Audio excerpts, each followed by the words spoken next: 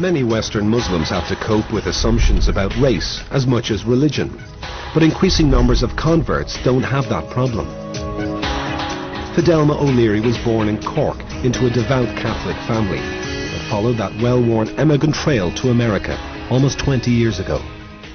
I grew up in a household that prayed the Angelus when the church bells rang, prayed the rosary as a family together almost every evening. For Mom and Dad, you know, being Catholic wasn't just about going to Mass on Sundays. Being Catholic was something that happened every day. That's why I think for me, being Muslim and praying 5 times a day, it's easy.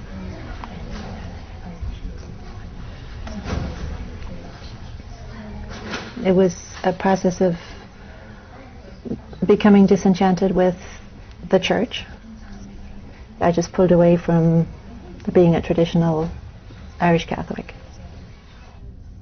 Today, Fidelma lives in the Texas state capital, Austin, and is professor of biology at St. Edward's University. You find someone poking around inside your nostril, right? They're just worried about you. Okay? A college friend of mine gave me a copy of the Quran. I was pretty darn excited to know that there was actually a religion that was what I believed.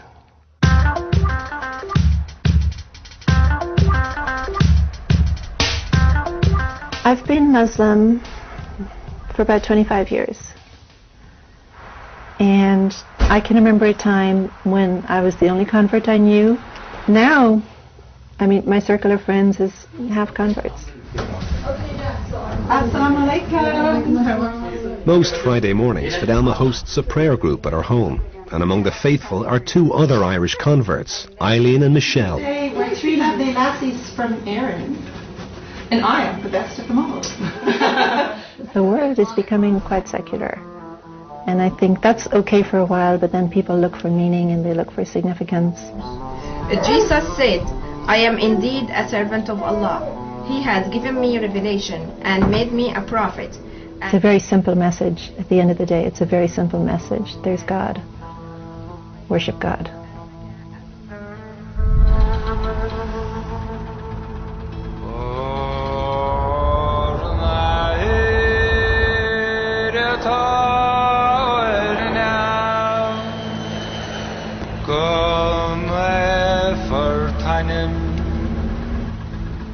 We followed Fidelma and her daughter Sarah back to Cork during the Christmas holidays.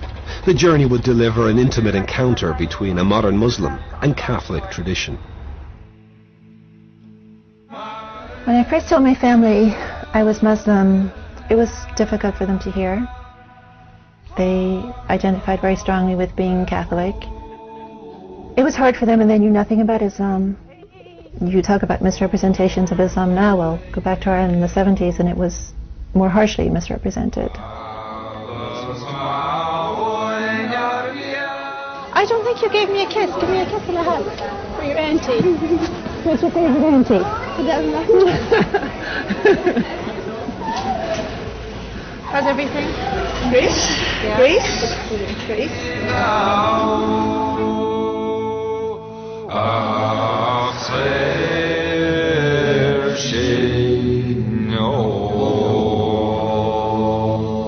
This is the small little part of Cork City that I grew up in as a child.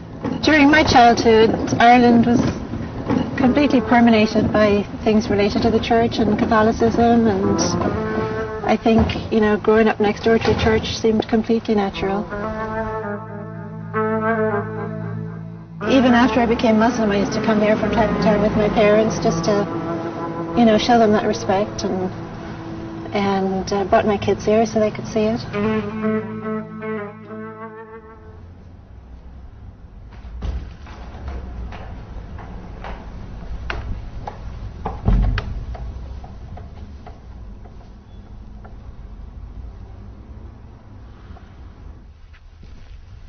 I'm kind of shocked at myself to remember that I used to go and kneel in front of these statues and pray to them.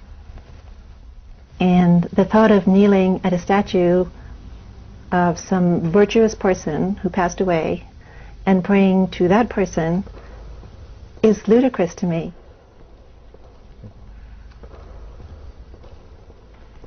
Well, one of the things I loved and still love about Islam is that the relationship with God is direct. It's me and my Creator. And I don't require clergy people. I don't have to go through clergy to have access to God. So I can learn from scholars, but my access to God, my worship is direct. I stand before God and I worship, and I ask for help and I ask for guidance, and it's a very direct connection. And that means an awful lot to me.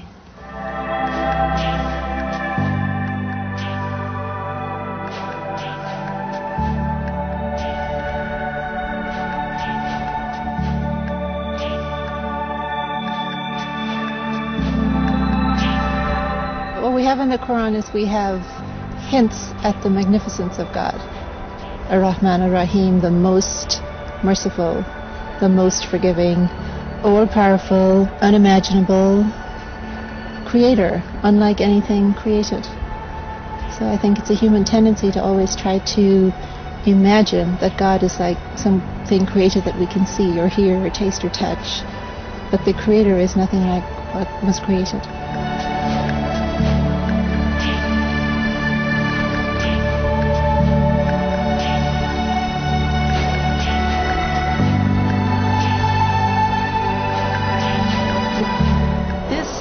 God's creation. Yeah. And this makes me want to submit myself to God.